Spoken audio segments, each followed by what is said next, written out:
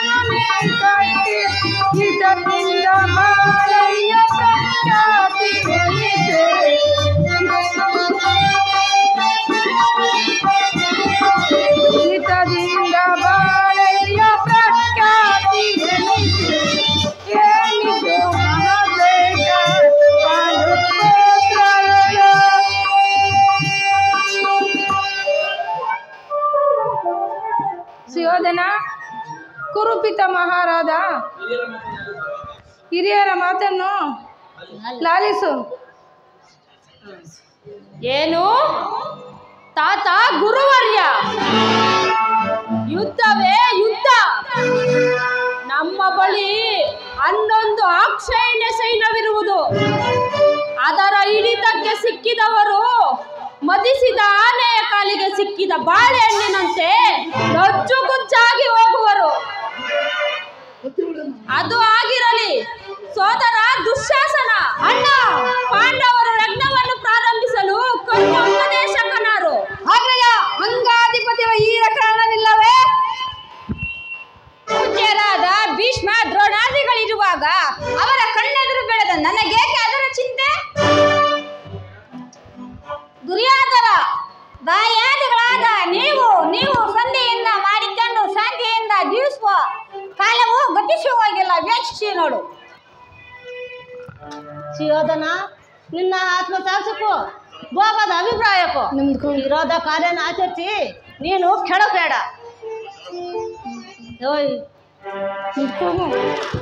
ಅಗ್ರಜ, ಪಾಂಡವರ ಪಕ್ಷಪಾತಿಗಳು ಇಲ್ಲೇ ಇರುವರು. ಪಾಂಡವರ ಪಕ್ಷಪಾತಿಗಳೆಲ್ಲ ಮರಳೆ ಧರ್ಮದ ಪಕ್ಷಪಾತಿಗಳೆಂದು ತಿಳಿ. ಚಕ್ರವರ್ತಿಗೆ ಜಯವಾಗಲಿ. ಶ್ರೀಕೃಷ್ಣ ಪರಮಾತ್ಮರು ಬರುತ್ತಿರುವರು.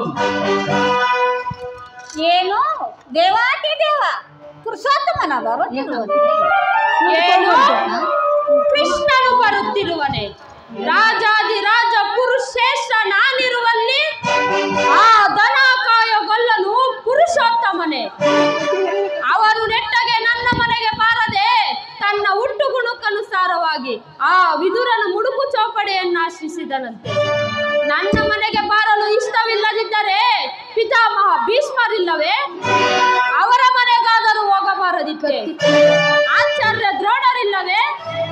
ಅವರ ಮನೆಗಾದರೂ ಹೋಗಬಾರದಿತ್ತೆ. ಎಷ್ಟೇ ಆದರೂ ಗೊಲ್ಲನ ಬುದ್ಧಿ ಎಲ್ಲಿ ತಾನೇ ಹೊಂದಿತ್ತು? ದುರ್ಯೋಧನ, ಆ ಪಾಂಡವರಿಗೆ ಅರ್ಧ ರಾಜ್ಯವು ಕೇಳಲು ಬರುತ್ತಿರುವಲ್ಲದೆ ನಿನ್ನ ಯಾಚನೆಗಾಗಿ ಬರುತ್ತಿಲ್ಲ. ಯಾರದು? ವಿದುರ, ದಾಸಿಪುತ್ರ ವಿದುರ. ಪಾಂಡವರಿಗೆ ನ್ಯಾಯವಾಗಿ ಬರಬೇಕಾದ ಅರ್ಧ ರಾಜ್ಯವನ್ನು ನಾನು ನಿನ್ನಿಂದ ಕೇಳಿ ತಿಳಿದುಕೊಳ್ಳಬೇಕಾಗಿಲ್ಲ. ಸಾಕು, ಬಾಯಿ ಮುಚ್ಚು. ಬಲವಂತವಾದ ಚಕ್ರವರ್ತಿಗೆ ಗೋರುವ ದಾಸಿಪುತ್ರ ನೀತಿ ವಾಕ್ಯಗಳು ಅನಾವಶ್ಯಕ. ವೀರರಿಂದ ಪರಿವೃತ್ತಗೊಂಡ ಈ ಚಕ್ರವರ್ತಿಗೆ ಓರ್ವ ದಾಸಿಪುತ್ರನ ನೀತಿ ವಚನಗಳು ಅನವಶ್ಯಕ. ದುರ್ಯೋಧನ, ರೋಗಿಗೆ ಪಥ್ಯವನ್ನು ಚುಚ್ಚುವಂತೆ ಅದು ಎಂದಿಗೂ ಪಥ್ಯವು ನಿಶ್ಚಿತವಾಗಿಲ್ಲ. ಸೋದರ ದುಶ್ಯಾಸನ, ಅಣ್ಣ, ಈ ವಿದುರನನ್ನು ಇದುವರೆಗೂ ಹಿರಿಯನೆಂದು ಪೂಜ್ಯನೆಂದು ಸುಮ್ಮನಿದ್ದ ಮಾತ್ರಕ್ಕೆ ಇವನ ಮಾತುಗಳು ಮೇಲೆ ಮೀರುತ್ತಿವೆ. ಇವನನ್ನು ಸಭೆಯಿಂದ ಆಚೆಗೆ ದೂಡಿಬಿಡು.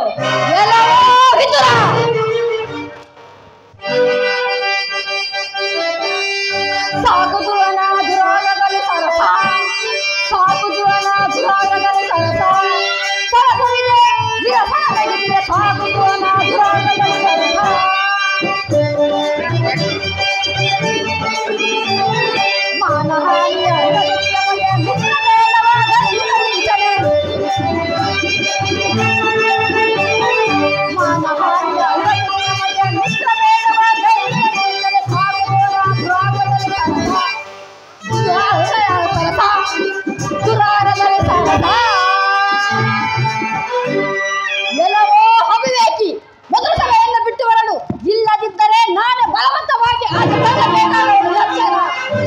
ಅವಿವೇಕಿ, ಈ ಸಭೆಯಿಂದ ಆಚೆ ತಳ್ಳುವಷ್ಟು ಧೈರ್ಯ ಉಂಟಾಯಿತೆ.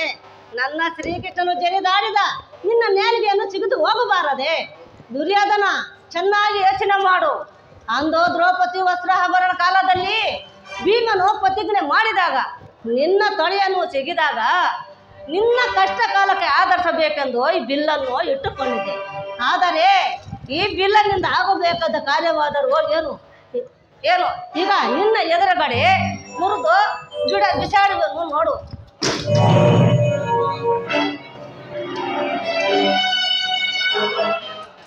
ಪ್ರಮಾದ ಪ್ರಮಾದ ವಿದುರ ದುರ್ಯೋಧನನ ದುಡಿನುಡಿಗಳನ್ನು ಕೇಳಿ ಸರ್ವೋತ್ತಮವಾದ ಬಿಲ್ಲನ್ನು ಮುರಿದು ಬಿಸಾಡುವುದೇ? ಆಚಾರ್ಯ, ಹೀಗೆ ಅಲ್ಲವೇ? ದೈವ ಸಹಾಯ ಇಲ್ಲದವರು ತಮ್ಮಾಗಿರುವ ಸಹಾಯ ಒಂದೊಂದಾಗಿ ಕಳೆದುಕೊಳ್ಳುವರು. ಈಗ ಎಲ್ಲರೂ ಕೇಳಿರಿ. ಆ ಕೃಷ್ಣನು ಬಂದಾಗ ಯಾರಾದರೂ ಎದ್ದು ನಿಂತು ನಮಸ್ಕರಿಸಿದ್ದೆ ಆದರೆ ಕೂಡಲೇ ಅವರಿಂದ ಸಭೆಯಿಂದ ಆಚೆಗೆ ಕಳಿಸಲಾಗುವುದು. ಎಚ್ಚರ.